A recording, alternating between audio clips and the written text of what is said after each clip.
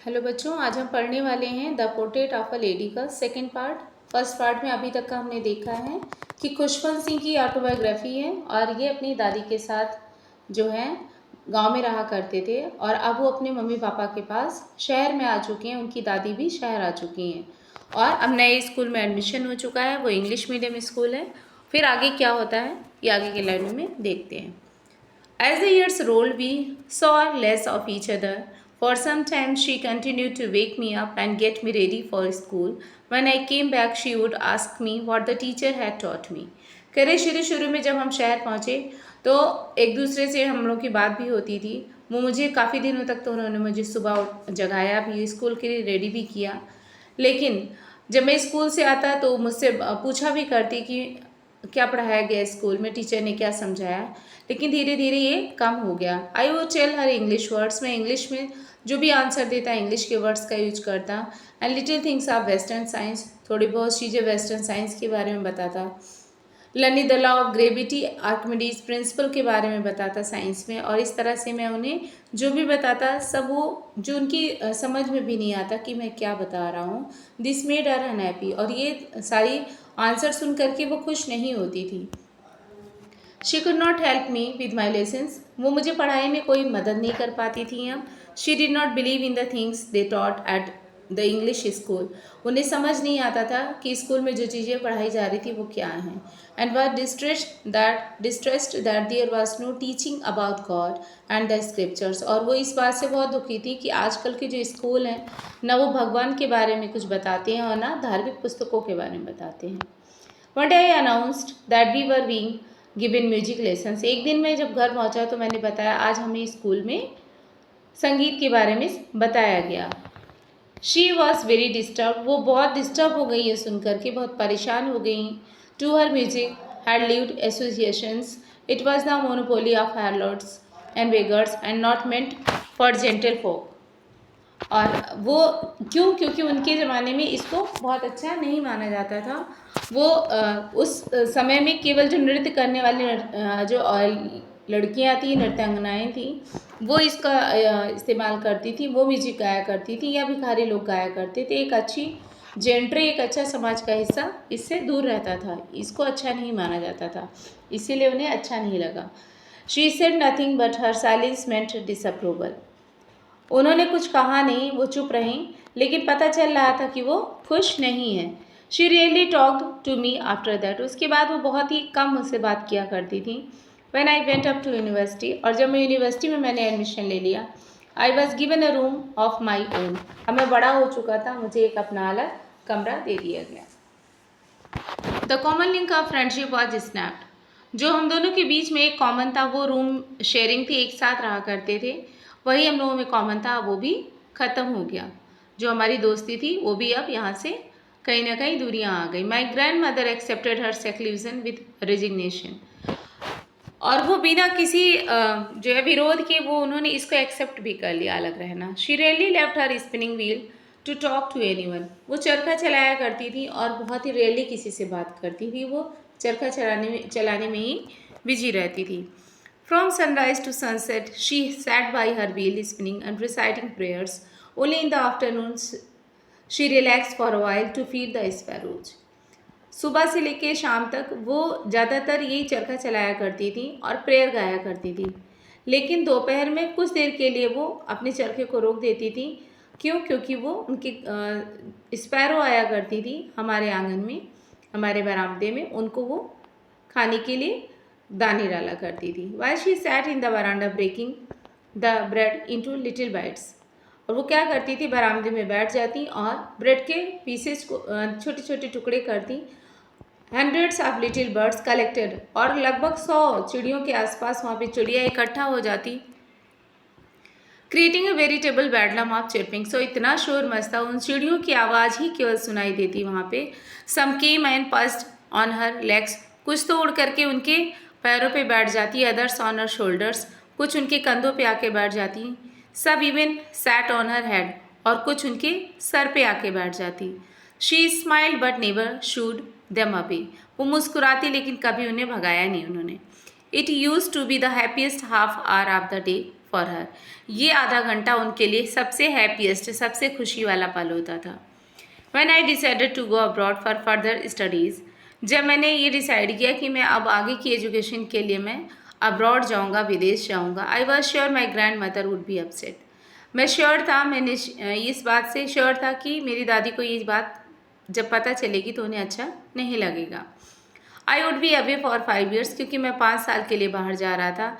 And at her age one could never tell, और जिस तरह की उनकी उम्र थी उसके बारे में नहीं कहा जा सकता था कि जब मैं वापस लौटूंगा तो क्या वो मुझे दोबारा मिलेंगी कि नहीं।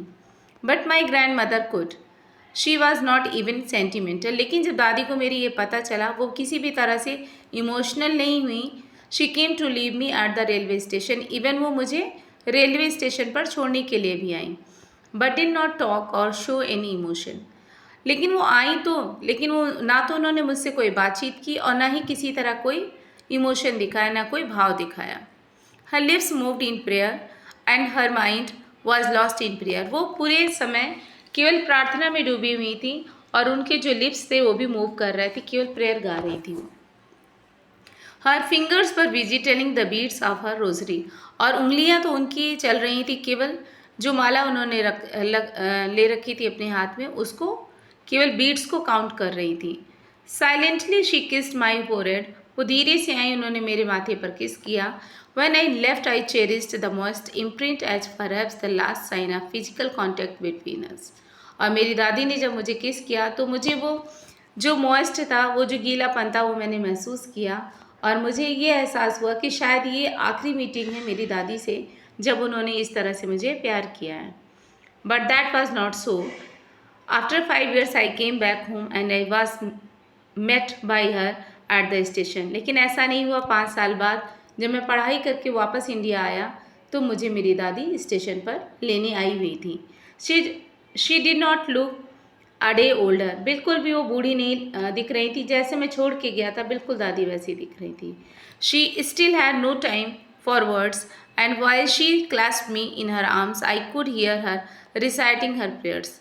वो कुछ भी नहीं बोली, उन्होंने मुझे गले लगाया और जब उन्होंने मुझे गले लगाया तो वो रिसाइट कर रही थी प्रेयर को, जो मेरे कानों में उसकी आवाज़ आ रही थी।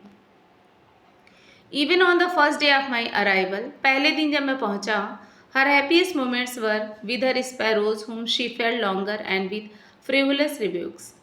और कहते हैं कि जब मैं पहुंचा तो मुझे लगा था कि दादी, मैं आज मेरा पहला दिन है तो दादी बहुत खुश होंगी। लेकिन जब मैंने देखा तो कि सबसे हैप्पीएस्ट उनका जो दिन का हिस्सा था वो यही था कि जब स्पैरो सारी आई हुई थी, वो सारी चिड़ियाँ इकट्ठा थी और उनको वो तोड़ तोड़ के ब्रेड के टुकड़े डाल रही थी और उनको डांट भी रही थी। तो वो सबसे उनके लिए हैप्पीएस्ट मोमेंट था। In the evening a change came over हर, शाम को एक चेंज मुझे दिखाई दिया उनके अंदर।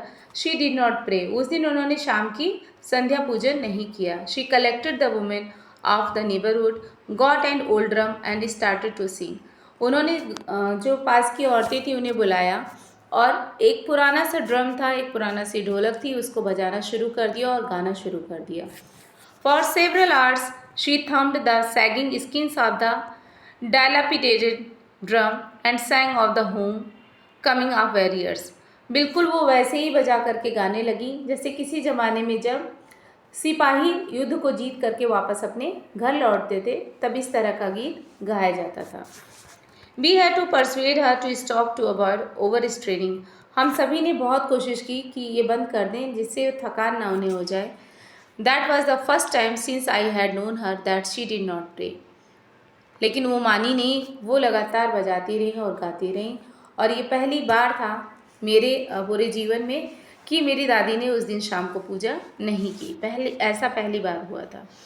The next morning she was taken in, अगली सुबह वो बीमार पड़ गई। It was a mild fever and the doctor told us that it would go. Doctor आए, उन्होंने देखा, बोले कि हल्का सा बुखार है और वो सही हो जाएगा। But my grand mother thought differently, लेकिन मेरी दादी ने कुछ अलग ही सोच लिया था। She told us that her end was near, वो बोलने लगी कि अब उनका आखिरी समय है। She said that since only a few hours before the close of the last chapter of her life she had omitted to pray. उन्होंने हम लोगों को बुलाया और कहने लगी कि जीवन में पहली बार मैंने कल पूजा नहीं की, मैंने प्रे नहीं की। She was not going to waste any more time talking to us. अब मैं बात करने में ये समय नहीं वेस्ट करूँगी, अब मुझे प्रेयर करनी है। वी प्रोटेस्टेड, हमने इसका विरोध भी किया, हमने मना भी किया, but she ignored our protest, लेकिन हमारे कहने का कोई असर नहीं हुआ, वो मानी नहीं। She lay peacefully in bed praying and telling her beads, वो माला जपती रहीं और प्रे करती रहीं बेड पे लेटे लेटे बहुत ही शांति के साथ। Even before we could suspect, हमें थोड़ा सा संदेह हुआ कि कैसे कि जब उनकी प्रेयर की आवाज़ बंद हो गई। हर लिप्स स्टॉप्ड मूविंग, उनके होंठ हिलने बंद हो गए और जो उनके फिंगर्स में माला थी वो भी लाइफलेस फिंगर्स, वो उनके फिंगर्स से नीचे गिर गई। A peaceful pallor spread on her face and we knew that she was dead, और एक अलग सी शांति उनके चेहरे पर थी और अब हम जान चुके थे कि अब वो हमारे बीच नहीं है, उनकी मृत्यु हो चुकी है। We lifted her off the bed and as in customary laid her on the ground and covered her with a red shroud.